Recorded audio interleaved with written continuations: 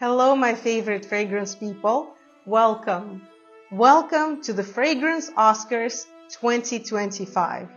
I dressed up, I have my lips red, and I have bubbly right here with my lipstick on it. That proves that I'm actually drinking it. So this is the final video of the year. And I have a question. How was your 2025? How do you feel about the year? Mine was bumpy and rocky and difficult and complicated. It was pretty hard to go through this one, honestly. Nothing super horrible happened. No, luckily, blessed, happy about that.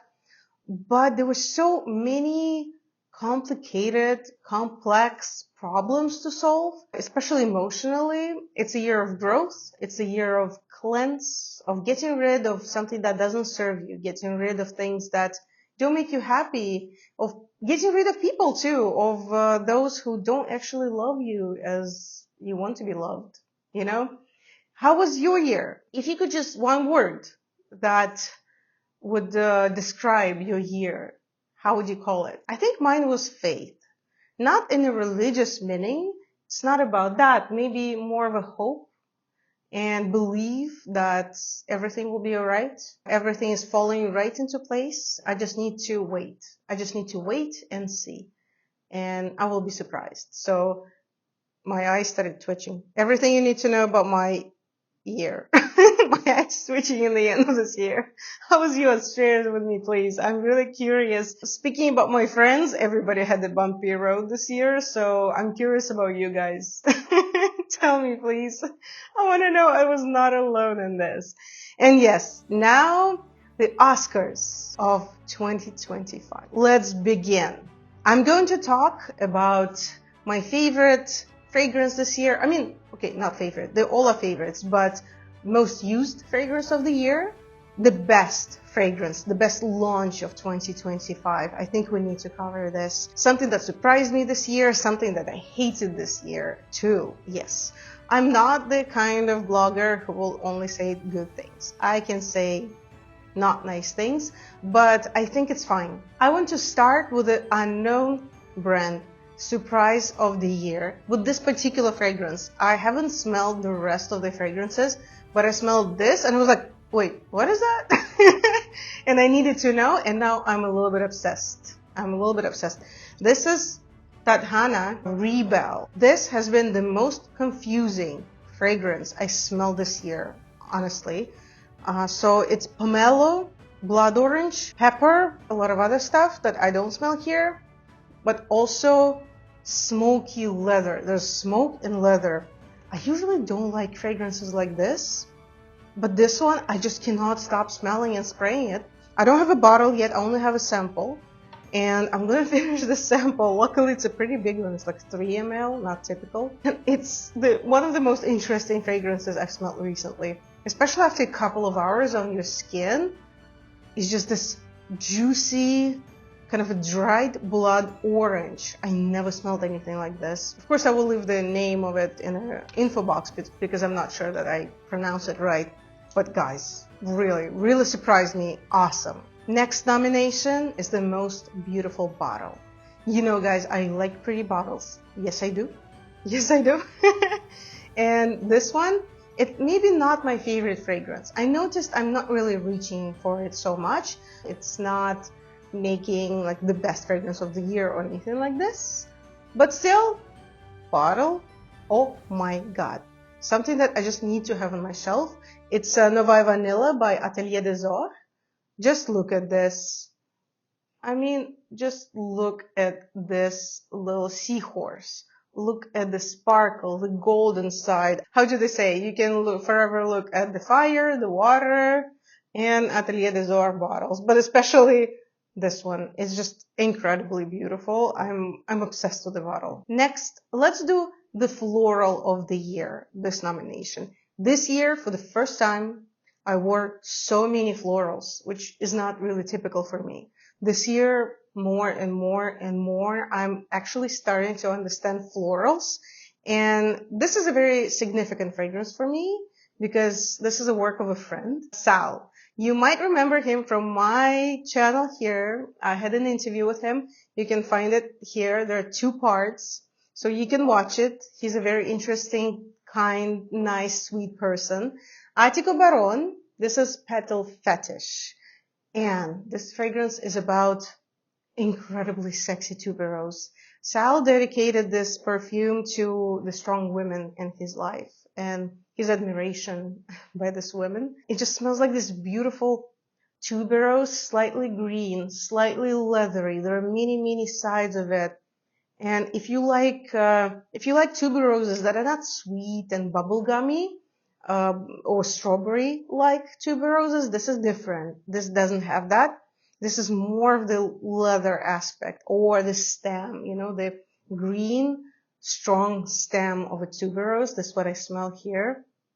It's beautiful. If you like, let's say, cardinal flower, I'm a big fan of Frederic Mall's cardinal flower. That one is just also a masterpiece. You would definitely like this one. This one is like a younger sister of cardinal flower because eucalyptus there makes it a little bit like an older sister vibe, This one is slightly more gentle and it has a very modest but good projection. So it doesn't fill the room. Sal doesn't like room fillers. He likes something more elegant.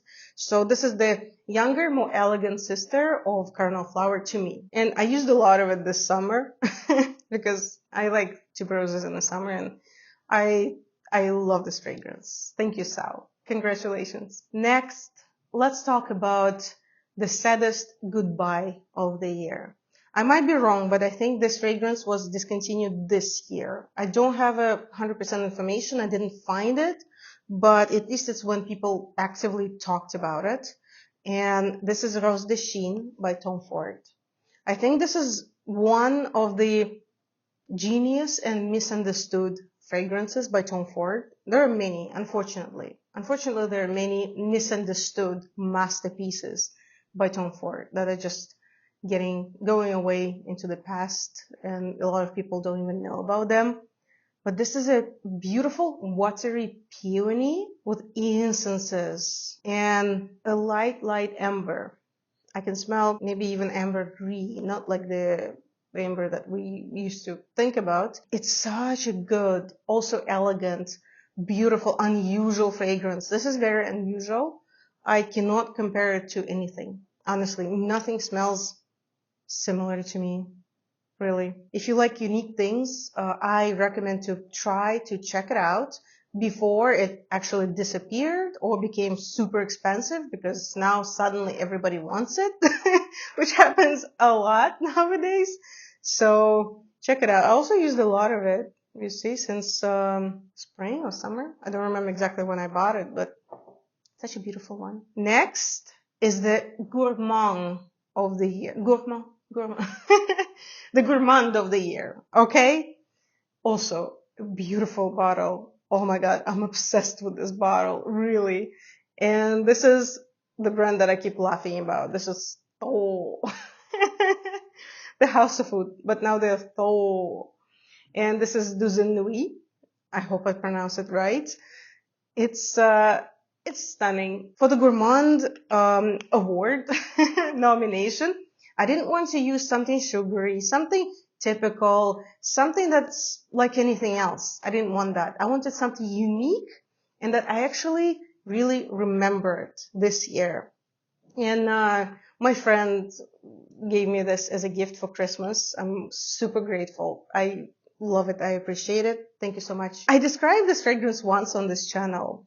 So imagine that you're in the Alps. It's, let's say 8 a.m. It's the morning. You're having your breakfast in a hotel inside of a chalet. Maybe it's a hotel chalet, maybe just your personal chalet or rented.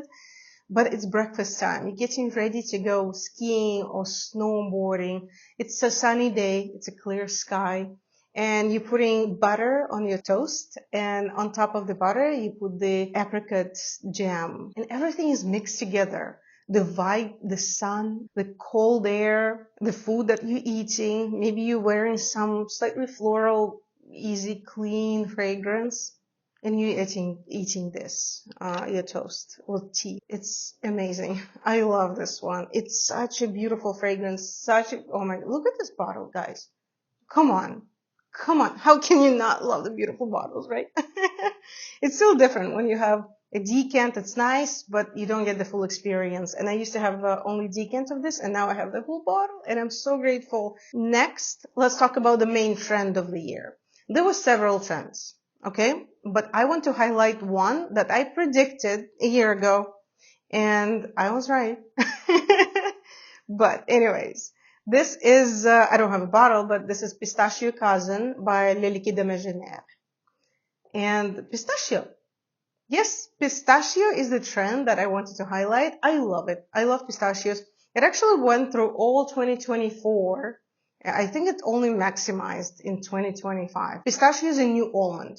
Now instead of almond everywhere, there's a pistachio. The profiles are pretty similar, honestly. Maybe perfumers use similar materials. I'm not really sure what they use to recreate pistachio scent. This is a nice pistachio with orange blossom and citruses, like lemon, maybe orange too. And in the base, it becomes a very relaxing sandalwood. And it's kind of a creamy sandalwood. It's not the salty one. There is no salt pickle part here. No.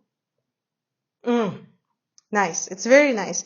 I'm not sure. I don't know if it's bottle worthy for me. I know it's a hit. Now, let's talk about the brand I was obsessed with and I want to explore. The promise of 2026 for me.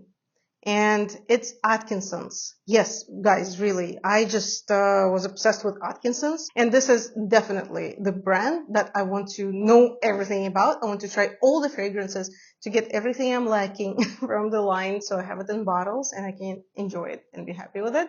So this particular fragrance is a launch of 2025. It's called Midnight Scented Dream. What a beautiful name. And these are powdery white florals, like smelling really strong, like really powerful, potent white florals, almond and sandalwood. Heliotrope makes it like this. Like, you know, the powder bomb like this exploded. It's a really nice perfume. I might want it in a bottle one day. I don't know. So far, my favorite Atkinson is The Other Side of Wood and Amber Empire. Amber Empire is number one. This is just a masterpiece. I love it. That Amber Oolong tea. Oh my God. I love that one. And they've had really nice releases recently too, including this one. So if you don't know Atkinsons well, I recommend to try to find something for yourself there because the brand is really nice. Now let's talk about the worst perfumes. I will do a very similar thing that I did last year. If you haven't seen that video, please watch it. So last year I highlighted Fugazi as the brand I don't understand and I don't want to deal with because I think it's just, I don't know. Sorry, like if you like the brand, if you like Fugazi fragrances, please don't take it personal. It's just a taste, right? It's a question of taste, and I'm trying to be honest here and not sugarcoat everything and say that, oh my God, I love everything. Everything is so amazing. No, not everything is amazing to me, right? To my nose, to my brain, to me, to my body. So this year, I want to also highlight the brand that I tried. I tried to love it, guys. I gave it a lot of time, many tries, many blotters, but just doesn't work out. It doesn't work out for me. Matiere, Premiere. This is the brand I don't understand. Monsieur Guichard, I think it's his name, the creator of the brand. I'm sorry. I don't get what you're trying to say. I know that the brand is about natural materials and he grows them themselves in his garden, but it doesn't smell like it. It doesn't smell like this artisanal brand. It doesn't smell like indie or niche. It smells like a weird, yeah, maybe niche, but niche of these days, like niche of Parfum de Marly or something that kind of designery now. That doesn't have a lot of interesting launches that stand out or change anything that bring any trends. It just follows the trends. And it's over sugared, usually not everything, but stuff is powdery, sugary mess to me. I don't understand. I just don't understand the brand. I don't understand the hype. Why people like it. I don't fully get it. For me, The fail of the year is Matiere première. I'm sorry. Let's take a break and come back to positive and to things that we love. And I love too. I really hope I didn't offend anybody. So now let's switch to a positive note that we all love, right? I'll grab my glass with my lipstick on it. First of all, thank you. Thank you everybody for being here. Thank you for being on this channel. Thank you for being a part of this journey. Thank you so much. You're wonderful. You're amazing. I love talking to you. I love hearing from you, and I love meeting you. I met a couple of subscribers at Scent Explore. Thank you so much. It was so great just seeing you in person, talking, and getting the feedback from, like, person to person. It's amazing. And I just want to wish everybody fulfillment and the reason to wake up in the morning, something that you look forward to, and meaning both huge goals, something incredible, adventure, something big, and small things. You know that you're going to go to the movies tonight, like tomorrow night, with a friend, and you're excited about it, and it's a good reason to wake up. You know that in the morning you're gonna make pancakes, and you haven't had pancakes for like a year, and you're excited about. Perfect. Good reason to wake up. Of course, health and money. A lot of money to everybody. Everybody who listens to it. The Witch Kate gives you the permission to have as much money as you want. Oh yes, I almost forgot. Fragrance discoveries, perfume discoveries, new favorites that you're gonna tell me about, because I'm curious as always. So cheers guys. Happy holidays, happy new year. Please celebrate the way you want and be joyful and just simply be happy. Cheers. Second to last nomination, most worn fragrance. And it's a brand that is not super represented in my collection, but I'm really curious about it. And this perfumer, I love this perfumer. It's Julien Rasquinet. He made Fidelis by Histoires de Parfums. I love this scent, guys. This is a scent of my summer, and in a way I feel like it's a scent of me. This is coffee with a rose and oud. Very nice, deep, dark oud and raspberry. It just sounds amazing. It smells amazing. It has an amazing bottle. I'm about here done.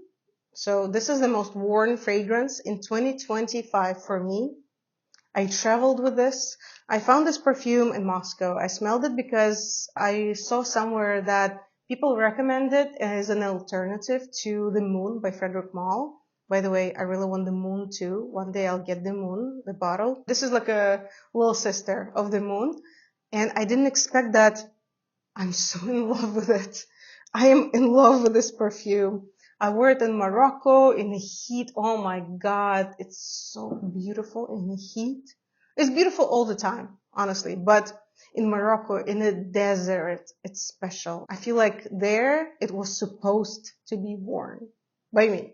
I love it. Now let's get to the last. Let's get to the perfume of the year. The fragrance of 2025, according to Kate. And I finally have a bottle of this, thanks to my friend, the same who gave me this, actually. Yes, I have a very generous, sweet friend. This is Shalimar L'Essence.